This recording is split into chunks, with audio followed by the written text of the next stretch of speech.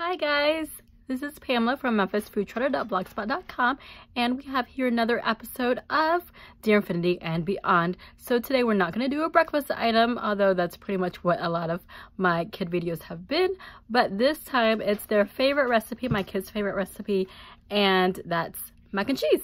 So this is how I do mac and cheese. Of course, there's a gabillion different ways of doing mac and cheese, but this is my way, and I also sneak in a little bit of broccoli for some vegetables / vitamins. So shh, don't tell them, but I sneak it in, and I'm gonna show you guys, so stay tuned.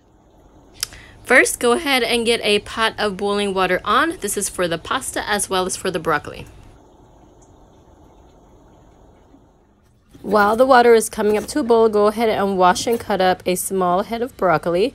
This is actually the only vegetable that my kids request for at the grocery store, so I definitely add this into their mac and cheese.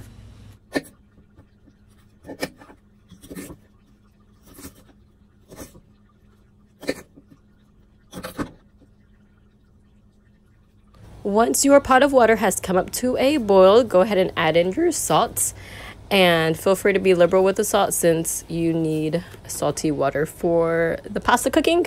But I always added the broccoli before my pasta because my broccoli tends to take a little bit longer to cook than the pasta. But this really depends on how big or small you've cut up your broccoli. So I am adding in my broccoli now.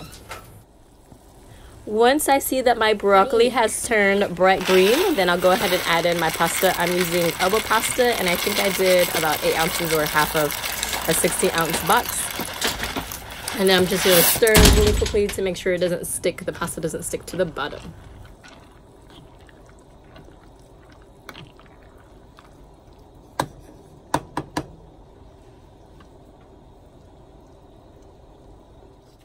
While the pasta is cooking, I'm going to go ahead and grate my cheese.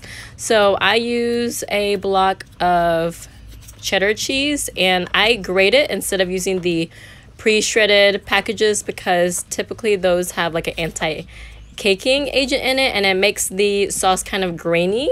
So I grate about an 8-ounce block of cheddar cheese. Once my pasta is cooked enough, I'm going to check the amount of liquid in my pot. And in my pot, I have left about half of the pot is filled with liquid. So that's a good amount for me for the sauce. And because I know that a lot of the vitamins from the broccoli has gone into the water, I want to keep the water instead of draining it. And that's why I'm using dehydrated milk powder. So I added about a tablespoon or so of milk powder. And I just always like having milk powder on hand. You never know when you can use it. So I like to use it. And I'm just going to mix it through until the liquid has turned white. And then I'm going to add in my other secret ingredient, which is cream cheese. So here I'm actually only using about half of an 8-ounce package, but actually it's better to use one package. When I reheat the mac and cheese, I'm going to add in more cream cheese actually to heat it back up, and it just adds to the creaminess. So be sure to definitely add in one package and not half a package of an 8-ounce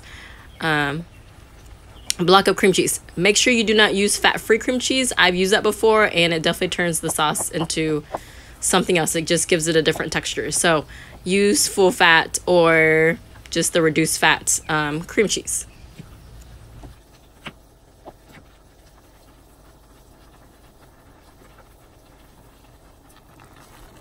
Here is the final product, a little bowl of broccoli mac and cheese. Again, I know there are different types or ways of making mac and cheese. This is just my way that I feel like is the quickest way for my kids, and it's so creamy, and I can put in some vitamins in there for them since they're such picky eaters.